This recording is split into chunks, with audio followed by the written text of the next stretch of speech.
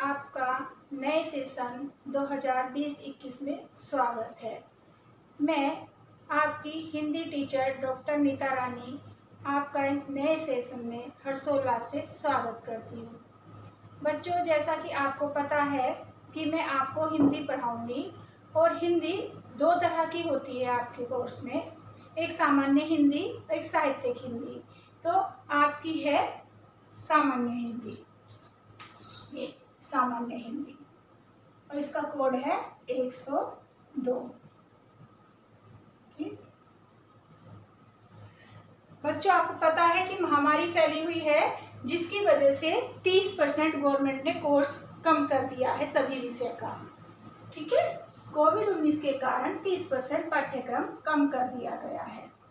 ठीक, आप आज 27 जुलाई में की क्लास अटेंड कर रहे हैं, ऑनलाइन क्लास आपकी। ठीक है, विषय अध्यापिका आपकी मैं डॉक्टर नीता रानी। बच्चों, आपके सामान्य हिंदी में जो है वो पाठ्यक्रम किस तरह से है वो मैं आपको बताऊंगी। सबसे पहले मैं आपको बताऊंगी, एक बुक आपको खरीदनी है, जो एक सिंगल बुक आएगी ना, एक सिंगल बुक आएगी। उसी में आपका गद्य, काव्य, कथा, साहित्य, संस्कृत सभी कुछ होगा, ग्रामर भी होगी। तो सबसे पहले जो आपका है उसमें हिस्सा जो है वो गद्य का आता है। उसमें आपका नंबर 1 चैप्टर है भारतवर्षोन्नति कैसे हो सकती है, जिसके जो लेखक है वो भारतेंदु हरिश्चंद्र है। दूसरा है महाकवि माघ का प्रभात वर्णन, जिसके जो लेखक हैं वो आचार्य महावीर प्रसाद द्विवेदी जी हैं। थर्ड है आपका आचरण की श्रद्धेयता, जिसके जो राइटर हैं सरदार पूर्ण सिंह जी हैं।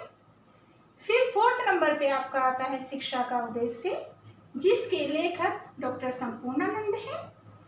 फिर 5वें नंबर पे है आपका अथातो घुमक्कड़ जिज्ञासा, जिसके लेखक हैं राहुल सांकृत्यायन। ठीक है बच्चों, अब मैं आपको ये बता दूं कि इससे किस किस तरह के क्वेश्चन आएंगे गद्य से। ठीक है, सबसे पहले तो आपको बहुविकल्प प्रश्न आएंगे, 4 ऑप्शन दे देंगे, एक ऑप्शन सही होगा, 3 ऑप्शन गलत होंगे। सही ऑप्शन पे आपको राइट करना है या सही ऑप्शन को आपको आंसर में लिखना है। ठीक, वो आपके गद्य साहित्य से संबंधित होंगे, गद्य साहित्य कवि से, गद्य साहित्य के काल से, गद्य साहित्य की विशेषताएं से। ठीक, नंबर 2 क्वेश्चन आएगा आपको लेखक के जीवन परिचय और कृतित्व से संबंधित, वो आपको लिखना होगा, मतलब पैराग्राफ वाइज। ठीक है, उसमें कृतित्व आपको देनी है, उनका जन्म स्थान, उनके माता पिता के बारे में, उनके जीवन परिचय के बारे में विस्तार से लिखना होगा। थर्ड क्वेश्चन आपका आएगा, मान लीजिए फर्स्ट चैप्टर है तो इससे एक पैराग्राफ आपको गद्य का दे दिया जाएगा, गद्यांश दे दिया जाएगा, उससे संबंधित क्वेश्चन आपको पूछे जाएंगे कि इस गद्य के लेखक का नाम क्या है, इस गद्य का उद्देश्य क्या है, इस गद्य का सारांश क्या है। ठीक है, इसे लिखने के लिए लेखक को कैसे जरूरत पड़ी, ये सब क्वेश्चन उसके दिए जाएंगे। ठीक, उसके बाद आता है आपका काव्य वाला भाग। उसमें पहला है आपके साखी और पदावली, जिसके कवि हैं संत कबीरदास जी। दूसरे नंबर पे विनय, वात्सल्य और भ्रमर गीत है, किसकी रचना है, सूरदास जी की।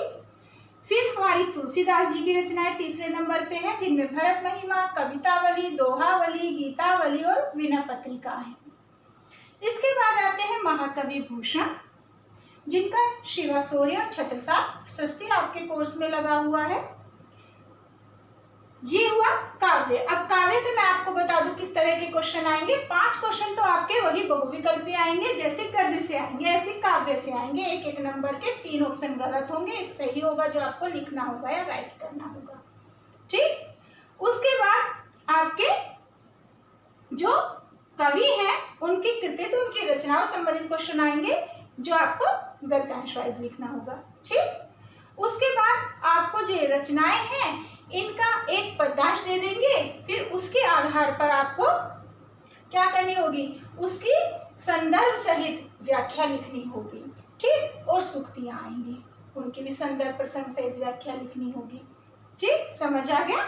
फिर आता है आपका कथा साहित्य वाला भाग। उसमें आपकी 2 कहानियां हैं। पहली है बलिदान, आचार्य प्रेमचंद जी की रचना है, और दूसरी है आकाशदीप, जो जयशंकर प्रसाद जी की रचना है। वैसे ज़्यादा है, लेकिन अब मैं जो बता रही हूँ कि 30% पाठ्यक्रम जो है आपका कम कर दिया गया है। महामारी फैलने के कारण बहुत नुकसान आपका अब तक हो गया इस वजह से, ठीक है, क्योंकि पढ़ाई के लिए कम टाइम मिल रहा है, ऑनलाइन अपनी समझ आए नहीं आए इसलिए, ठीक है। तो 2 रचनाएं। इसमें क्या आएगा, इसमें हमारे कहानी का सारांश आता है और लेखक का जो जय हिंद परिचय नहीं आएगा, कहानी का सारांश आएगा, और जो मुख्य पात्र होगा उसका चरित्र चित्रण आएगा, ठीक। उसके बाद हमारा संस्कृत दिग्दर्शिका का भाग आता है। इसमें हमारे पहला वंदना, दूसरा प्रयाग, तीसरा सदाचार उपयोग, चौथा हिमालय, 5वां गीतामृतम। 5 छोड़े गए हैं, बाकी काट दिए गए हैं। 5 में से गद्यांश पद्यांश के संदर्भ सहित अनुवाद आएगा, सूक्ति गद्यांश पद्यांश में संदर्भ प्रसंग सहित व्याख्या आएगी, क्वेश्चन आंसर आएंगे, ठीक है। इसके अलावा आपकी ग्रामर आएगी, जिसमें से भी कुछ 30% हिस्सा कम कर दिया गया है। जैसे सर्वनाम, सर्व, इदम, यद, ये कम कर दिया गया है। कुछ शब्द रूप थोड़े कम कर दिए गए हैं। किस तरह की बुक है वो मैं आपको जो PDF भेजूंगी उसमें उसकी फोटो भेज दूंगी बुक की, वो आप देख के ले सकते हैं, और उसमें से आप ये पाठ्यक्रम हटा दीजिएगा और जो मैं बता रही हूँ उनका निशान लगा दीजिएगा, जिससे आपको इस सेशन की बुक तैयार हो जाएगी, ठीक है। पहली तो ये बात। दूसरी कि किस किस तरह से आएगा, बिल्कुल एक एक तरह से, वो मैं PDF भेज दूंगी, आप देख लीजिएगा कौन सा 1 नंबर का आता है, कौन सा 2 नंबर का, कौन सा 3 नंबर का। बच्चों मैं उम्मीद करती हूँ इस तरह से आपको पाठ्यक्रम विभाजित हो गया होगा, आपको समझ आ गया होगा। इसके अलावा भी अगर आपको कुछ पूछना है तो आप मेरे YouTube लिंक पे कमेंट में जा करके मुझे कमेंट करके पूछ सकते हैं। वीडियो कैसी लगी बता सकते हैं, समझ आ रहा है नहीं समझ आ रहा है, या कोई सुझाव मुझे देना हो, या आपको ये बताना हो कि मैडम ऐसे हमें और अच्छा समझ आएगा, जो भी आप सुझाव देना चाहें वो आप दे सकते हैं।